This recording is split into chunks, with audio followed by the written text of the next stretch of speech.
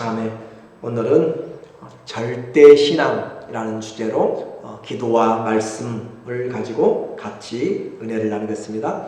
오늘 제가 우리 교회 알림방에 절대신앙 그렇게 제목을 붙였고 또 성경 본문을 써서 보내드렸는데 혹시 읽어보신 분, 한 분이라도 읽어보신 분 집에서라도 손 한번 들어보시고 그래요. 읽어보라고 제가 보내드렸으니까 읽어보시고 다음에는 또 읽으신 분들 또 은혜가 더 있을 줄로 믿습니다.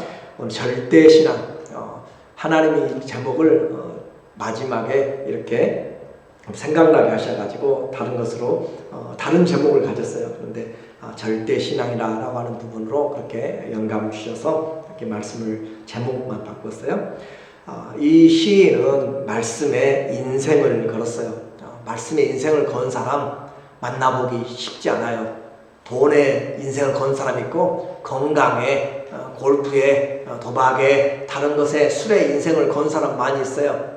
보이지 않게 마약에 걸려든 사람도 있고 죄악에 빠져 들어간 사람도 있고 일평생 또 감옥에 병실에 또 각각 전쟁터에 갇힌 사람도 있고 그런데 이 사람은 어떤 형편이든지 간에 말씀에 인생을 바쳤다, 인생을 걸었다라고 하는 것이 참 놀라운 은혜요. 오늘 우리에게 도전을 해주는 것이에요.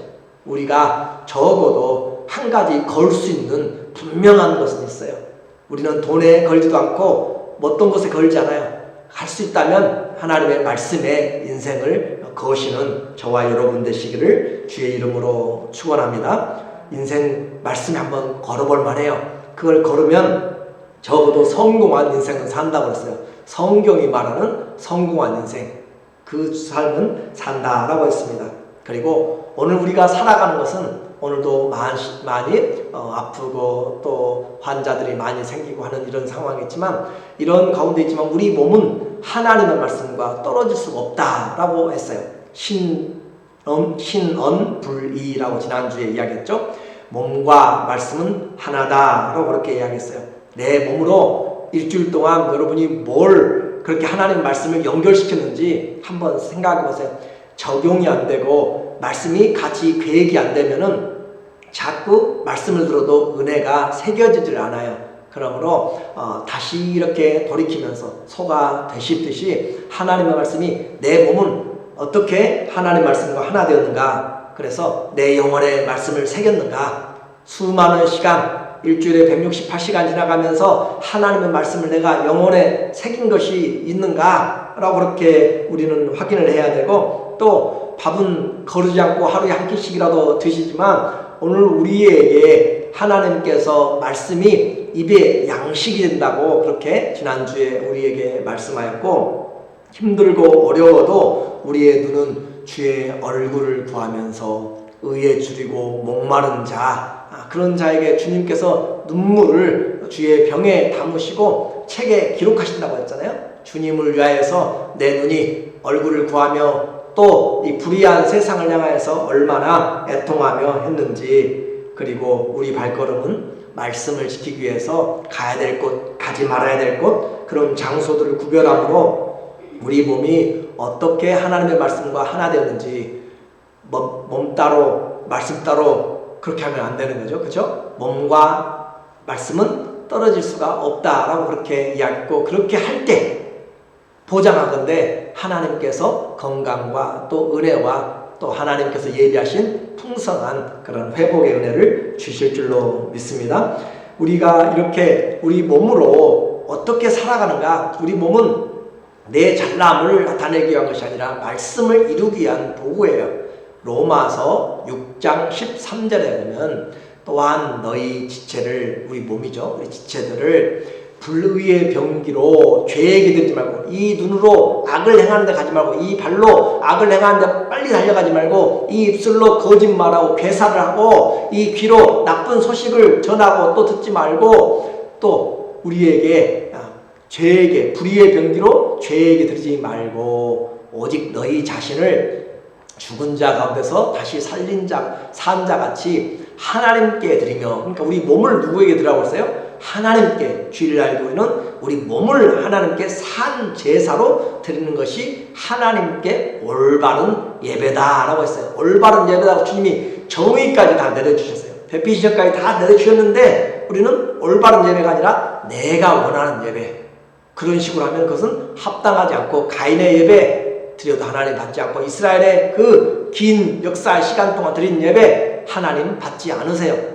그러므로 주님이 찾으시는 예배, 올바른 예배, 너희 몸을 하나님이 기뻐하시는 산 제사로 드리라, 그렇게 이야기한 것처럼, 그래서 너희 하나님께 드리며 너희 지체를, 우리 몸을 머리부터 발끝까지 의의 병기로 하나님께 드리라. 하나님의 일하는데, 하나님의 뜻을 이루는데, 사랑하는데, 선을 행하는데, 복음 전하는 일에, 섬기는 일에, 또 평화롭게 하는 피스메이커의 일에, 우리가 화평케 하는 일에 쓰임받으라 라고 그렇게 우리 몸으로 의의 병기로. 자, 그래서 우리 몸과 말씀은 떨어지지 않는다라고 했기 때문에 이 몸을 가서 내 몸 안에 마약을 채울 수 없는 것이고, 담배로, 또 알코올로, 다른 마약으로, 다른 것들로 나쁜 머릿속에 남을 해코지 할 생각으로 그런 것들로 채울 수가 없다라고 하는 것은 성령의 전이기 때문에 성령의 전으로 거룩하게 하라.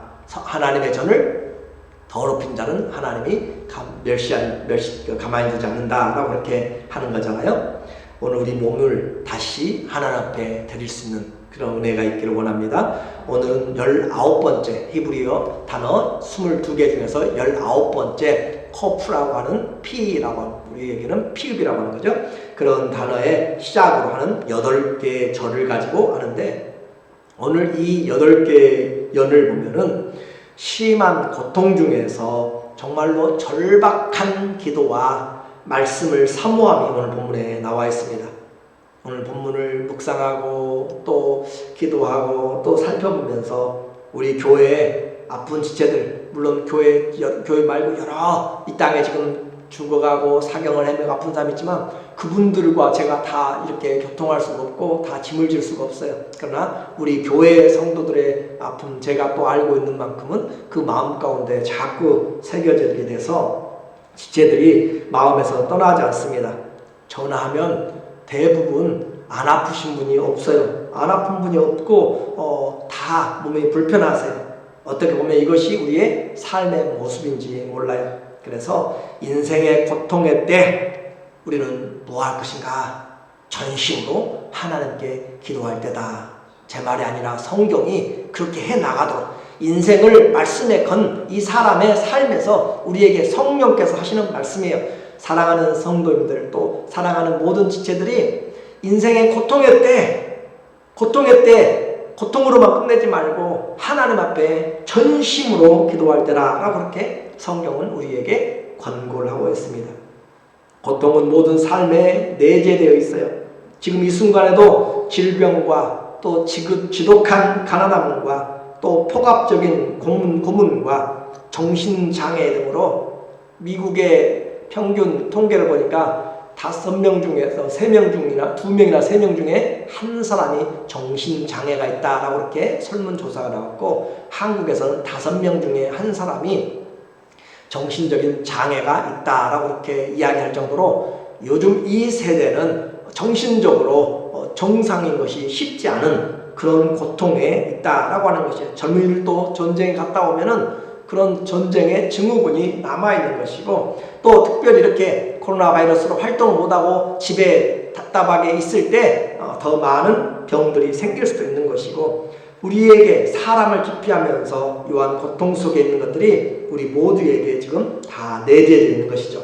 그런 의미에서 어떻게 보면 우리 인생은 수고와 슬픔뿐이다 라고 하는 모세의 말이 하나님이 말씀하신 우리 인생인 것을 알게 돼요. 수고와 슬픔뿐인 것. 성도들이라고 해서 예외가 아니잖아요. 이 세상에 살면서 딴 세상에 있는 것이 아니에요. 그렇지만 성도들에게는 세상이 없는 것이 있어요. 바로 믿음이 있다라고 하는 거죠. 믿음으로 세상을 이겨낼 수 있는 그런 약속을 주님이 하셨어요. 그 무엇으로, 돈으로 이기지 못하고 건강으로 권세로도 이기지 못해요. 권불 10년이라고 했고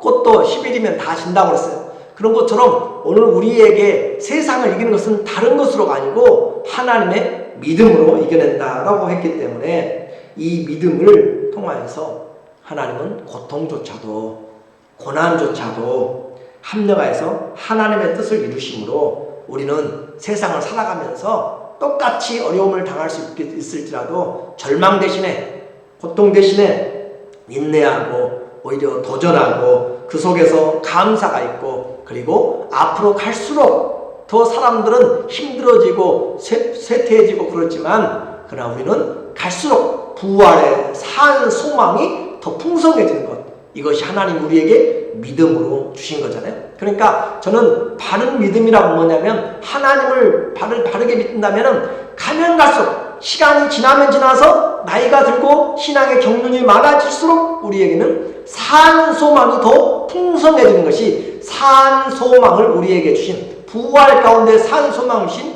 예수 그리스도의 믿음입니다. 그래서 하나님은 우리에게 소망의 하나님이다 라고 그렇게 말씀하고 있고, 믿음은 절대 뒤로 가는 것이 아니라 조금씩 더 쌓이고 성장하여서 그리스도를 닮아가며 영광에서 영광으로 이른 데까지, 그것이 바른 믿음이다 라고 하는 것이에요. 그러니까 우리는 딱 체크할 수 있어요. 내 믿음이 지금 정상적으로 바른 믿음 안에서 가고 있는가, 아니면 시험에 된통 넘어져서 뒤로 백업하고 있는지, 거기서 물러가고 있는지, 아니면 옆으로 길을 빠져나갔는지 우리는 확인해 볼 수가 있다는 거죠. 믿음은 우리를 하나님께 더 견고하게 붙여서 더 든든하게 그렇게 서게 만들고 다른 길로 가지 않도록 합니다. 욥의 고난을 봤고, 우리는 또 아브라함의 그 나그네 인생을 보았고, 다윗의 고난을 봤고, 다 어떤 고난을 당하든지 하나님의 사람들은 연단을 통하여서 점점 완전한 소망의 인내로 주 앞에 나가게 되는 것이에요. 이처럼 믿음은 세상을 향하여서 우리가 말씀으로 승리하도록 한다. 그래서 하나님의 말씀은 우리에게 약속입니다. 이 약속은 그냥 저절로 이루어지는 것이 아니라 이 약속이 이루어지도록 그렇게 물을 주고 햇볕을 주고, 말씀은 씨와 같아요. 그래서 씨를 심으면, 말씀의 씨가 우리 안에 들어오면 그 씨를 심으면 그것이 자라가도록 물을 줘야 되고, 때로는 거기에 잡초도 뽑아줘야 되고, 때로는 거름도 줘야 되고 하는 것처럼 말씀을, 약속의 말씀을 오늘도 저는 여러분에게 심고 있어요. 절대 신앙이라는 씨를 심고 있어요. 무엇을 통해서? 말씀을 통해서. 절대 신앙, 말 그대로 흔들리지 않는 신앙이잖아요. 어떤 환경에서도 절대 신앙이에요. 그 신앙을 가지고 살아갈 수 있다고 주님이 오늘 말씀하고 있는 것이기 때문에 그 말씀을 우리 마음에 부드럽게 하고 우리 마음을 열고 하나님 앞에 은혜, 성령의 단비로 그렇게 죄들을 다 뽑아내고 쓴뿌리를 뽑아내고 하나님의 말씀을 심으면 주님께서 우리에게 그 열매가 자라게 한단 말이죠. 뿌리가 자라고 또 잎이 자라고 열매가 생기게 되는, 그럼으로써 이 말씀은 이렇게 자라가요. 기도하면서 그렇게 할 때 색깔도 좋고 열매도 좋고 다 보기에 아름답습니다. 오늘 저자의 인생이 고난의 말씀을 가지고 영혼에 새기고 몸으로 살아내는 과정이에요. 전 인격으로 정말 간절한 기도가 있어요. 오늘 145절과 146절을 보면 여호와여 내가 전심으로 부르짖었사오니 내게 응답하소서. 내가 주의 교훈들을 지키리이다. 자, 그렇게 하고 또 146절 어떻게 하는 거 보세요. 내가 주께 부르짖었사오니, 똑같아요. 위에서 내가 전심으로 부르짖었사오니, 아래에서도 내가 주께 부르짖었사오니 나를 구원하소서. 위에서는 내게 응답하소서 그렇게 했죠. 146절에서는 내게 구원하소서, 똑같은 말이에요. 응답하소서, 구원하소서. 또 그러면 내가 주의 증거들을 지키리이다. 145절에서는 내가 주의 교훈들을 지키리이다. 똑같은 말씀을 지키겠다라고 하는 것이, 저는 이 말씀이 너무너무 우리의 신앙이 어떤 신앙인가, 이 사람의 신앙과 우리 신앙이 비교가 되고 있고 우리가 볼 수가 있어요. 인생의 고난 때 어떻게 해야 된다고요? 전심으로 기도할 때라고 했죠. 인생의 고난할 때, 그러므로 이 인생의 때 이 사람은 전심으로, 저자는 온 마음, 베콜 레브라고 하는 그런 히브리어 단어인데, 이 레브는 심장을 이야기해요. 심장으로, 생명으로 하나님 앞에 전심으로 그렇게 베콜 하나님을 부르면서 기도했다라고 하는 거잖아요. 그래서 전심으로 기도하는 이 모든 인격과 지정의의 인격을 다해서 정말 하나님을 향해서 심장으로 랩으로 하나님 앞에 간절히 기도하는, 그래서 여기서는 전심이라는 표현을 썼고 원래 단어는 심장으로 하나님 앞에 기도할 때 우리의 기도가 식사하면서 대강 몇 초에 끝내버리는 기도가 아니고 잠잘 때 그냥 대강 넘어가서 잠자는 그런 슬리핑 프레어가 아니라 하나님 앞에 오늘 이 기도는 정말로 인생의 고난당한 가운데서 하나님 앞에 전심으로, 무엇으로요? 심장으로, 무엇으로요? 생명으로 기도하는 것이 바로 이 사람의 위기에 그가 했던 것입니다. 오늘 예수님도 마찬가지예요. 주님도 기도할 때 그냥 기도한 것이 아니고 하나님 앞에 심한, 히브리서 5장 7절에 보면은 하나님이 심한 통곡과, 예수께서 심한 통곡과 간구로 소원을 올려드렸으니, 하나님 앞에 심한 통곡과 간구, 그 말이 바로 여기서 말하는 부르짖었사오니, 카라, 부르짖어서 외치다. 이런 단어의 뜻은 또 하나는 새끼를 빼앗기지 않기 위해서, 그렇게 뱀에게나 그렇게 참새가 새 새끼를 어미가 지키기 위해서 목소리로 크게 터지도록 그렇게 외치는 그 소리가 바로 카라라고 하는 소리. 하나님 앞에 그렇게 부르짖어서 하나님 앞에 기도하는 이 사람 한 번 안 가요? 145절에 부르짖어서 기도하고 있고 146절에 기도하고 있고 또 147절에도 내가 새벽 전에 부르짖으며, 세 번씩 계속 부르짖어 기도하고 있는 그에게 당한 고난이 있다라고 하는 것이에요. 오늘 우리가 왜 안 부르짖어요? 고난이 그렇게 없을 수 있기 때문에, 어떻게 보면 편안하기 때문에, 기도하지 않고도 견딜 수 있기 때문에 그럴지도 몰라요. 오늘 이 사람의 기도는 소리내어 구하고 또 구하고 또 구합니다. 구원이 더뎌도 낙심하지 않고 포기하지 않고 기도해요. 얼마나 많은 사람들이 기도가 더뎌지고 내 질병이 잘 낫지 않고 그렇게 되면은 쉽게 길을 떠나는지 알지를 못해요. 하나님 앞에 나오는 길들을 다 스스로 막아버리는 사람들도 있습니다. 오늘 우리에게 말하고 있어요. 이 사람은 계속해서 기다립니다. 기다리고 또 기도하면서 구원을 통해서 하나님의 말씀을 지키리라. 이 말씀의 내용은 결국이 뭐예요? 내게 응답받으면 뭐 하겠다고? 내게 응답받으면 그 힘을 가지고 이제 건강 회복되면 마음껏 한번 여행을 해보겠다고, 아니면 돈을 마음껏 써보겠다고, 아니면 무슨 데이트를 한번 해보겠다고, 무슨 뭘 가서 해보겠다고 아니라, 응답되어 주면, 하나님이 나를 구원해 주면 나에게 응답하시면 뭐 하겠다고요? 주의 말씀들을 지키겠다고요. 이게 이 사람의 수준이었어요.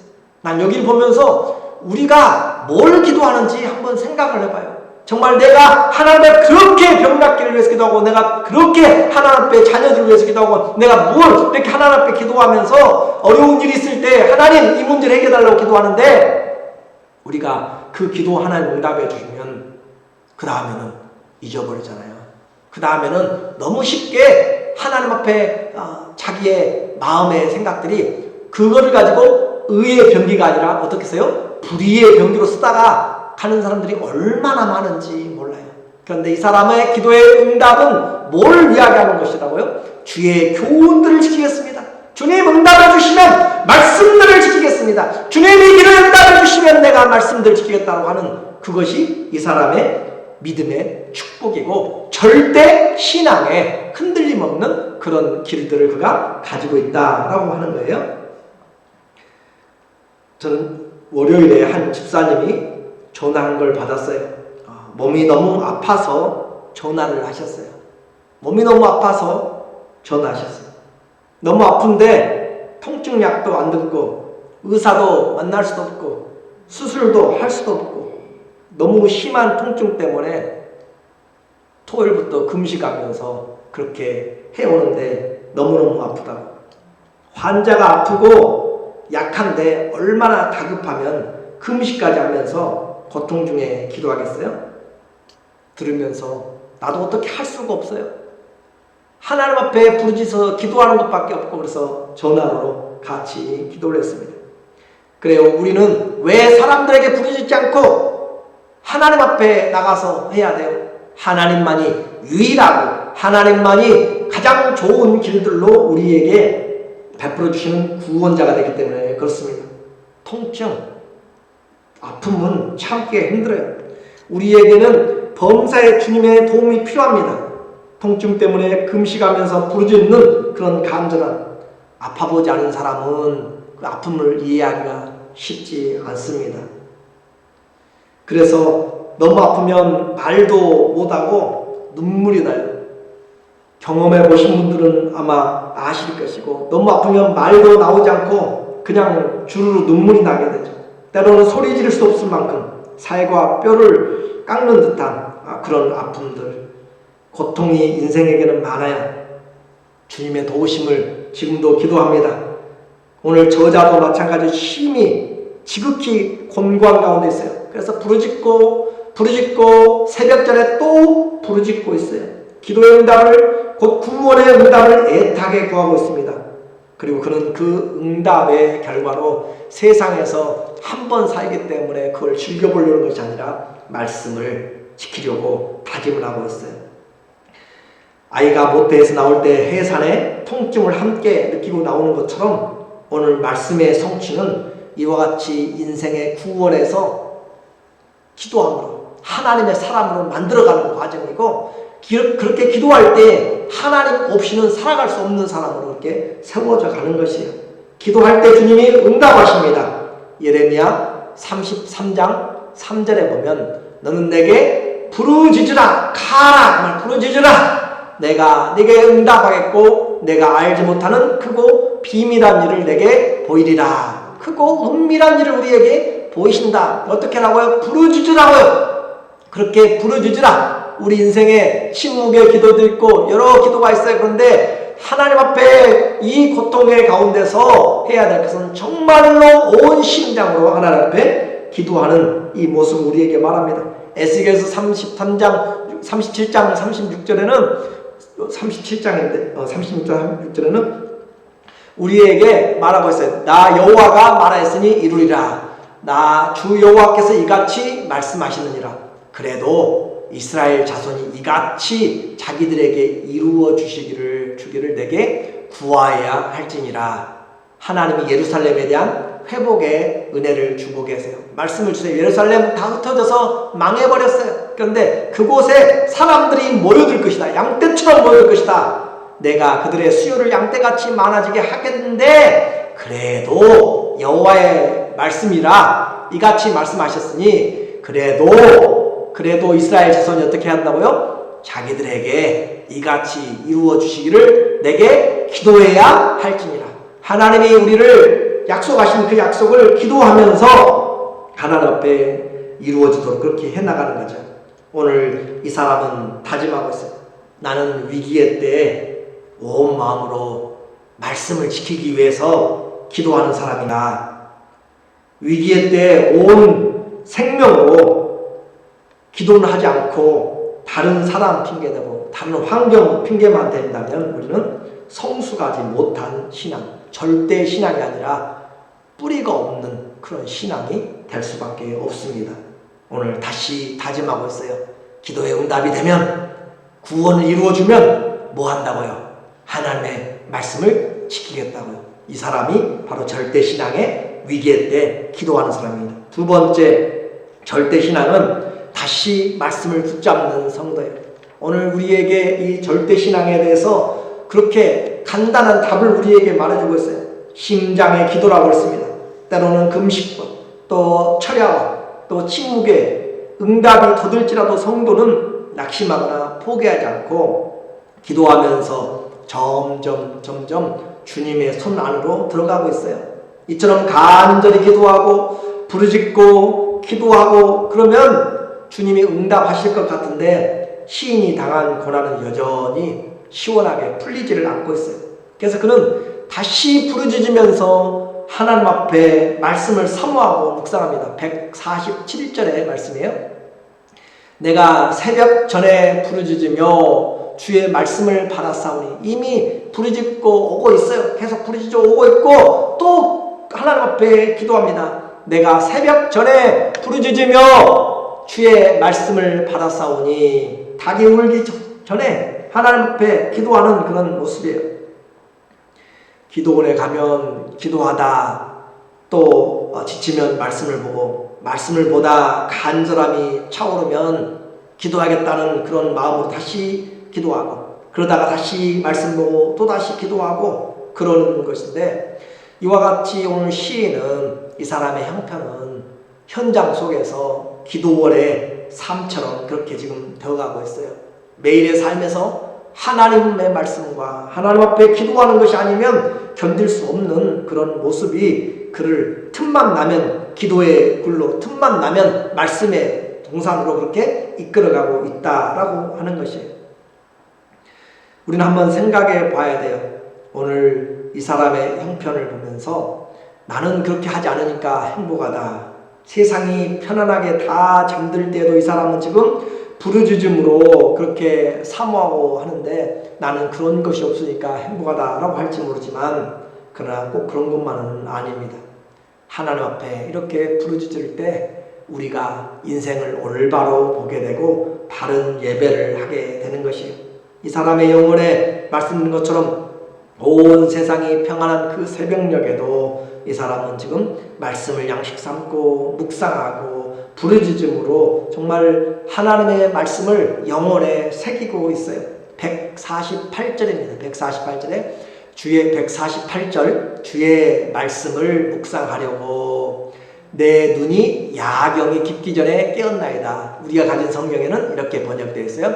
내 눈이 야경이 깊기 전에 깨었나이다. 그런데 새 개역 개정에는 주의 말씀을 조용히 읊조리려고 내가 새벽녘에 눈을 떴나이다. 그래서 이 말씀이 둘 다 맞는데 원어에 가깝게 보면은 야경이 깊기 전에 깨었나이다 라고 하는 것은 어떤 말이냐면은 유대에서 시간을 저녁 이후에 3경으로 이렇게 나눠요. 그래서 저녁 6시부터 10시까지 파수꾼들이 파수를 하고, 10시부터 새벽 2시까지 또 파수를 하고, 또 세 번째 교대가 2시부터 6시까지 그렇게 교대를 해요. 야경꾼들이, 파수꾼들이 이렇게 야경꾼들이 파수를 바꿀 때, 그래서 이 말이 야경이 깊기 전에, 그 말은 야경꾼들이 파수를 바꾸는 그 경점들, 그 말이에요. 경점들 시간들에 그렇게 내가 깨어 있었다. 그러니까 파수꾼들이 옮기고 그렇게 가는 소리까지 내가 들을 수 있는 그런 깨어 있어. 다른 말로 번역하면 무슨 말이냐면 밤새도록 깨어서 하나님의 말씀을 지금 묵상하고 기다리고 있다. 그렇게 하는 것이에요. 그래서 through the all night이라고 그렇게 번역한 것이 많이 있어요. 하나님 앞에서 말씀을 보면서 정말로 하나님 앞에 온 밤을 지새워가면서 그렇게 야경이 깊기 전에 야경이 깊을 때에도 내가 깨어 있었다라고 하는 그런 표현으로 오늘 우리에게 말씀하고 있어요. 고민하고 뒤척거려봤자 아무것도 해결되지 않습니다. 고민할 시간에 기도하고 답답한 시간에 말씀을 붙잡는 것이 성도가 할 일입니다. 기도와 말씀은 시간 나면 하는 것이 아니라 항상 하되 위기의 때, 절실할 때는 더 해야 돼요. 다시 한번요. 기도와 말씀은 시간 나면 하는 것이 아니라 항상 하되 위기의 때, 절실할 때는 더 해야 돼요. 그것이 절대 신앙의 사람들의 모습이었어요. 오늘 우리를 넘어지지 않게 하는 것은 무엇인가? 이 말씀과 기도를 떠나면 다 무너져요. 예배 제대로 안 드리면 다 무너져요. 그러니까 이런 코로나 바이러스 내에서 우리가 얼마나 믿음이 내가 지금 올바라 하고 있는지 비교도 못해요, 이제는. 왜냐하면 비교할 대상도 보이지 않고 혼자 예배드리는 그런 부분이 되고 아예 그것도 안 되는 사람들도 있고 그렇게 되어가는 것이란 말이죠. 그래서 오늘 온 밤에 말씀을 묵상하고 파수꾼들이 야간 교대하는 그 경점들도 잠 못 자고 하나님의 말씀을, 약속들을 되새겨보는 이 사람, 저주가 아니라 축복입니다. 우리는 이것이 정말 하나님 앞에 내게 이런 인생의 위기 때 나는 어떤 신앙의 몸부림이 있는가라고 한번 생각해 봐야 돼요. 아무 고민 없이 잘 살고 있고 밤잠 설치지 않을 정도로 평안한 것이 인생의 복이 아니라고 했어요. 인생의 고난 중에 주님을 만난 사람들이 너무너무 많이 있습니다. 고난당한 것이 내게 유익이라고 이로 말미암아 주의 말씀을 내가 그 유의감을 내가 배웠다고 그 하는 한 구절 한 구절이 말씀이 뼈저리게 내 영혼에 새겨진 것도 고난을 통하여서 새겨집니다. 그러므로 그렇게 내게 경험된 말씀은 꿀과 송이꿀보다 더 단 하나님의 말씀이고 금과 천금보다도 천천금보다도 더 뛰어난 가치가 있는 그것이 바로 하나님의 말씀인 것은 고난을 경험해 본 사람만 알게 되는 것이고 건강도 잃어본 사람만 아는 것인 것처럼 오늘 우리에게 하나님 앞에 경배, 이 예배의 즐거움, 예배의 축복이 무엇인지 이것은 예배드릴 수 없는 환경을 경험해 봐야 그렇게 알게 돼요. 제가 한 번씩 이야기했잖아요. 군대 갔더니 모여서 신병들에게 군대 그 주일에 교회를 못 가도록 그렇게 하는데 속에서 막 불이 나고 타요. 주님 앞에 나가서 예배드렸는데 그런데 또 가게 하는데 여기까지 잘라가지고 불교로 가라고 이야기하고 저기까지 잘라가지고 교회 가라고 이야기하고 그러니까 그렇게 자른 대로 다 가는데 저는 그렇게 견딜고 갈 수가 없어서 거기서 일어나서 나는 교회로 가겠다고 그렇게 해서 그곳에서 한바탕 소동이 일어났지만 그 뒤로부터는 바꿔지게 되었죠. 신앙을 회복하는 저는 그걸 어게인스트 하라는 그런 부분보다도 우리 안에 하나님 앞에 예배드리지 못할 때 내가 어떤 상태인가 주일날 또 예배 시간에 아무 생각 없이 시간은 예배 시간인데 그 생각도 안 나고 살아가면 그분은 하나님 앞에 이 예배의 즐거움을 잘 경험하지 못한 사람이에요. 물론 우리의 삶은 모두가 다 생방송입니다. 모두가 다 예배의 삶으로 드린 예배예요. 그렇지만 그 예배들이 있지만 우리 가족들이 흩어졌다가 명절 때 모이는 것처럼 또 일하러 갔다가 저녁 때 모이는 것처럼 함께 모이는 것처럼 성도들이 세상에 흩어진 교회로 살다가 함께 모여서 공동체로 모여서 떡을 떼며 말씀을 듣고 찬양하며 기도하고 이와 같이 하는 것들은 너무너무 복되고 유익한 그런 시간이라는 거죠. 그렇기 때문에 이와 같은 고난을 통해서 그래서 그런 눈을 비비면서 말씀을 묵상하다가 또 기도해요. 149절입니다. 149절에 주의 인자하심을 따라 내 소리를 들으소서. 주님의 이제 주님의 성품을 끌고 나와요. 주님, 선하신 주님, 긍휼이 많으신 주님, 인자가 많으신 주님, 주님의 성품을 들고 나와서 하나님께 부르짖어서 기도하는 거예요. 내 소리를 들으소서. 그래요. 우리 주님은 선하신 분, 인자하신 분, 사랑이 많으신 분이시기 때문에 약속을 변치 않으시는 신실한 하나님이기 때문에 우리의 소리를 들으시고 응답하십니다. 주님, 여호와여 주의 규례들을 따라 나를 살리소서. 하나님, 규례들, 약속들에서 우리에게 말씀하지 않았습니까? 주님, 이 약속으로 부르짖은 자에게 부끄러움과 수치를 당치 않게 해주시고 주님, 부르짖은 자들에게 말씀을 보내서 위기에서 건져주시고 전심으로 나를 찾는 자에게 내가 능력 베푸신다고 하신 것처럼 주님이 나의 의로운 오른손을 너를 붙들리라. 소년이라도 넘어지고 장정이 넘어지고 자빠지되 오직 여호와를 경외하는 자는 독수리로 날개치며 올라온 같이 새 힘을 가지고 비상하리라 하는 것처럼 하나님의 약속의 말씀을 들고 나를 살리소서. 나를 살리는 것이 다른 곳에 있는 것이 아니라 약속의 말씀이었습니다. 자, 여기까지 오면서 시인은 뭘 하고 있어요? 위기의 때 기도하고 말씀 구하고 말씀 보고 기도하고 말씀 보고 기도하고 말씀 보고 그것이 인생에서 절대 신앙 가운데서 그가 붙잡고 있는 것이에요. 오늘 우리 심령에 이렇게 하나님 앞에 성도 안에서 지금 나오고 있는 기도 주님이 다 보고 계시는 것이에요. 그래서 눈물이 있는 것이에요. 긍휼이 많으신 주님이 귀를 지으신 주님이 눈을 지으신 그분이 다 보고 계시고 듣고 계시고 우리 상한 마음과 간절한 기도에 응답하시는 주님인 것을 확인하면서 기도합니다. 그런데도 시인의 위치는 점점 더 어려움으로 가까이 다가오고 있어요. 150절에 보니까 악을 따르는 자들이 가까이 왔사오니 그들은 주의 법에서 멉니다. 악을 따르는 자들이 가까이 왔어요. 그 말이 무슨 말이에요? 악을 따르는 자들이, 악을 쫓은 자들, 불법을 행하는 자들이 다윗의 또 시인에 가까이 왔단 말이에요. 성도에 가까이 왔어요. 불법을 행하는 자들이 선을 행하는 자를 죽이려고 왔다 이 말이에요. 그러니까 점점 가까이 와서 지금 피부로 느끼는 위험이란 말이에요. 그와 같이 느껴지는 위험을 보면서 악을 행하는 자들 우리 주위에 언제든지 있습니다. 하나님의 말씀과는 전혀 상관이 없이 불의를 좇으면서 행하는 사람들이 세력을 얻고 우리를 위협합니다. 때론 질병이 우리 몸을 공격합니다. 그러나 악을 따르는 자들이 가까이 있는데 그러나 그 원수들보다 더 가까이 계신 분이 계세요. 151절입니다. 151절에 여호와여 주께서 가까이 계시오니 주의 모든 계명은 진리니이다. 원수들만 가까이 온 줄 알았어요. 우리를 모해하고 죽이려고 하는 위기만 가까이 온 줄 알았는데 성경을 보니까 하나님의 말씀을 보니까 주께서 가까이 계시다. 주님이 항상 계시다. 이것을 깨달았어요. 주의 모든 계명은 진리입니다. 주의 모든 계명은 진리입니다. 라고 그렇게 표현하고 있습니다. 얼마나 놀라운 말인지 몰라요. 여러분에게 다가오는 위험들이 있을 때 우리와 함께 계신 분 누가 계신다고요? 주님이 계시다고요.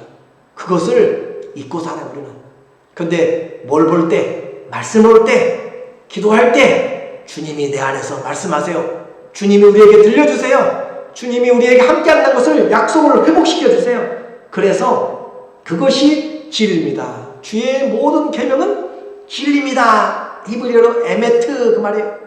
이 말에 참 어떤 사람 이런 해석을 했어요. 그 히브리어의 이 단어의 그 다음에 보시면은 히브리어가 22자가 있는데 첫 번째 넘겨주세요. 첫 번째 보시면은 넘겨주시면은 히브리어로 뒤쪽으로 계속 순서대로 넘겨주시면 순서대로 넘겨주시면은 에메트라고 하는 그 내용이 나오는데 그 말씀을 보면은 그래요. 알파벳 처음부터 끝까지 그 내용에서 처음에 나오는 그 알렙과 그리고 밑에 나오는 mem그리고 마지막에 나오는 타우. 그래서 에메트라고 하는 그 단어가 진리란 말이에요. 그래서 어떤 해석을 하냐면은 알파벳의 시작과 끝을 그리고 중간에 그 단어가 에메트 진리다. 모든 말의 시작과 중간 끝이 바로 하나님의 말씀은 진리이기 때문에 이 모든 것을 해결해 줄 수 있다라고 하는 그런 해석을 해놓은 것도 봤어요. 우리 주님은 하늘과 땅의 모든 권세를 가지신 분이에요.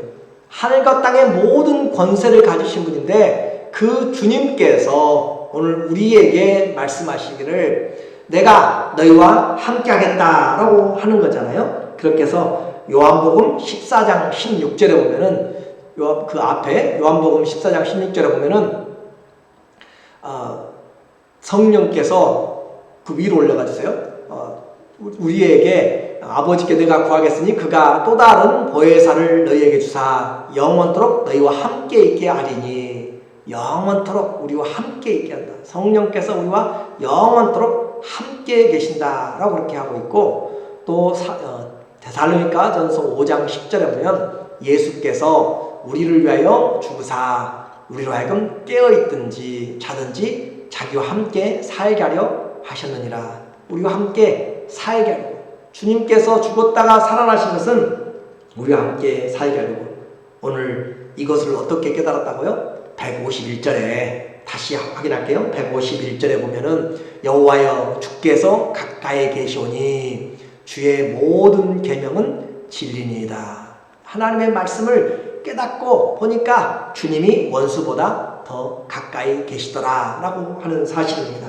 이렇게 오늘 주님이 저자의 부르짖음 가운데 고통의 뜬 눈으로 말씀을 사모하는 가운데 그가 붙잡고 배운 진리가 있습니다. 붙잡고 배운 말씀이 있습니다. 그것이 뭐냐면 바로 하나님의 말씀이 답이다 라고 하는 것입니다. 인자하신 주님이 가까이 계시고 주님이 영원히 승리한다는 사실을 그는 말씀으로 확인을 해주고 있어요. 152절에 내가 전부터 과거부터 주의 증거를 궁구함으로 연구함으로 주께서 영원히 세우신 것인 줄을 알았나이다. 그러니까 그의 위기에서 그를 살려내는 것은 뭐냐면 전부터 하나님의 말씀을 알았던 것들, 말씀이 내 안에 있던 것들이 그 말씀들이 다시 새롭게 우리를 세우고 있다는 거죠. 전부터 주의 증거들을 내가 연구하였으므로 주께서 영원히 세우신 것을 내가 알았습니다. 하나님의 말씀이 때에 맞게 응답해 주시고 때에 맞게 확인해 주는 거죠. 기도의 응답도 말씀으로 옵니다. 오늘 우리에게 결론적으로 말씀드립니다. 저자의 삶은 어렵고 고통스럽지만 기도와 말씀의 믿음 안에서 하나님이 이끄시는 성숙으로 동행하면서 어떤 위기에서도 절대 신앙, 어떤 환경 가운데서도 절대 신앙인 기도와 말씀을 가지고 그가 한 걸음씩 한 걸음씩 살아가고 있습니다. 오늘 이 본문은 한 구절 한 구절 그냥 지나가지 못합니다. 이 성도의 부르짖지 않으면 터질 것 같은 이 외침과 고통이 마음에 너무 새겨지고 귓가에 쟁쟁하기 때문에 그냥 지나갈 수가 없는 말씀이에요. 이 사람만 그렇게 인생에 위기가 있습니까? 오늘 우리 인생에 위기를 당한 사람들을 큰 고통 중에 있을 때 우리가 할 수 있는 것이 있어요. 심장을 다해서 생명을 다한 간절한 기도가 우리의 신앙을 절대 신앙으로 만들고 또 하나님 앞에 믿음이 약해질 때 진리의 약속을 붙잡고 모든 말씀이 진리이기 때문에 우리와 함께 하신다는 주의 약속으로 주의 말씀이 우리를 살립니다. 말씀을 붙잡는 것이에요. 사람에게 내 두려움, 내 고통을 터뜨려가지고 부르짖어가지고 사람이 해결할 수가 없어요. 오직 인자하신 주님, 그 은혜의 하나님이 우리에게 좋은 것으로 응답해 주십니다. 제가 말씀드렸죠. 우리 성도님들에게 전하면 대부분 안 나오신 분들 대부분 또 아프신 분들이 안 아프신 분들이 거의 없어요. 그런데 그 모든 환경에서 오늘 우리는 믿음의 길로 다시 한번 서서 주님이 이런 위기 가운데서도 우리를 사랑하시고 우리를 붙들어서 절대 신앙으로 세우신다는 성령의 음성을 들으시면 좋겠습니다. 주님이 우리를 떠나지 않으세요. 문제보다 더 크시고 우리와 더 가까이 계시고 우리가 영원히 계십니다. 오늘 내 인생에 정말 힘들고 폭발할 것 같은 그런 위기라도 주님 앞에 간절한 기도와 밤잠 설치는 그런 새벽 내내 주의 말씀을 간구하는 이런 마음이 있다면 그 사람은 주 안에서 구원함을 얻고 그 앞에 장애물이 없으리라 라고 하는 고백을 앞으로 하게 될 것이에요. 주님이 절대 신앙을 시키면 우리의 크고 작은 문제 아무것도 아닙니다. 주님 품 안에 있으면 아무것도 폭풍우도 아무것도 아니에요. 주님이 그 배에 타고 계시면 그 풍랑도 다 잠잠해지고 주님 안에 생명의 주 안에 있으면 모든 죽음도 다 무너지게 되고 영생의 주님이 우리와 함께 계시면 우리는 다 주 안에서 늘 감사와 기쁨이 있습니다. 오늘 우리 모두에게 이런 절대 신앙이 우리의 믿음 되기를 주의 이름으로 축원합니다. 우리의 많은 지체들 중에 특별히 우리 박경은 집사님, 성종 집사님, 전정숙 집사님, 김진홍 장로님, 정상미 집사님, 진화수 권사님, 우리 티모시, 또 김선희 권사님, 인숙현 집사님, 또 최임식 권사님, 수마리 권사님, 안정원 권사님, 이한정 전사님, 또 기사모님, 또 이재복 권사님, 또 이보경 집사님들도 어깨가 아프다고 했고, 우리 서교환 목사님, 또 여러 이분들은 제가 직접 이렇게 알고 있는 분들이에요, 특별히. 그리고 그 외에 힘든 고통 중에 계신 분들, 주 예수님 안에서 힘을 내십시오. 하나님 우리의 힘이 되시고 우리를 돕는 바로 우리와 함께 계시는 전능하신 주님입니다. 나의 힘이 되신 주님 사랑합니다. 이 절대 신앙으로 위기에서 기도하고 말씀으로 다시 일어서는 우리 모두 되기를 예수님의 이름으로 축원합니다. 아멘.